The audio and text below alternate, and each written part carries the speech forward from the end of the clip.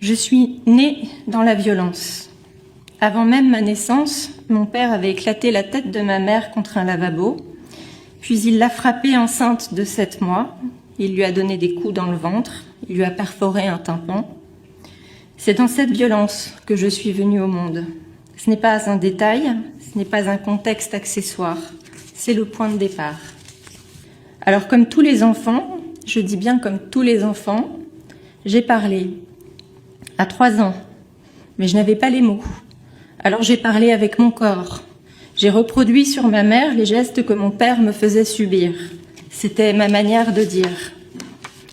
Elle l'a confrontée et sa réponse a été de l'insulter et de la disqualifier. J'apprends donc dès mes 3 ans que dire ne suffit pas. Déjà quelque chose se fixe. Puis on m'a fait jouer. Mais les jeux de l'orchestre n'étaient pas des jeux. C'était des viols répétés presque chaque week-end. Le sexe de mon père dans ma bouche en guise de trompette ou de flûte. Je garde encore aujourd'hui le souvenir de l'odeur, le souvenir des sensations, le souvenir des images, des traces qui restent et qui ne s'effacent pas.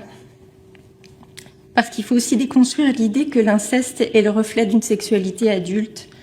C'est juste la possession du corps de l'autre. Alors moi, j'ai essayé de m'adapter. Je me suis protégée toute seule.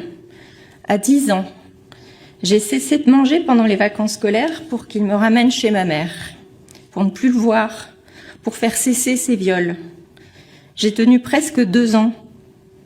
Je me souviens de la fatigue, du corps qui lâche, mais aussi de cette idée très claire. Ce n'est pas un caprice, c'est ma seule façon de me protéger. Une stratégie de survie, même au prix de me mettre moi-même en danger de mort, tout, pourvu que ça s'arrête.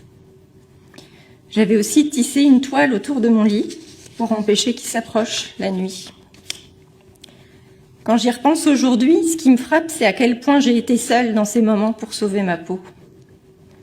Et là, j'ai parlé encore, j'ai parlé à mon pédiatre qui voulait faire un signalement, mais ma mère s'y est opposée par peur. Ma parole contre la parole d'un homme connu, puissant et dont elle n'a jamais pu oublier les coups.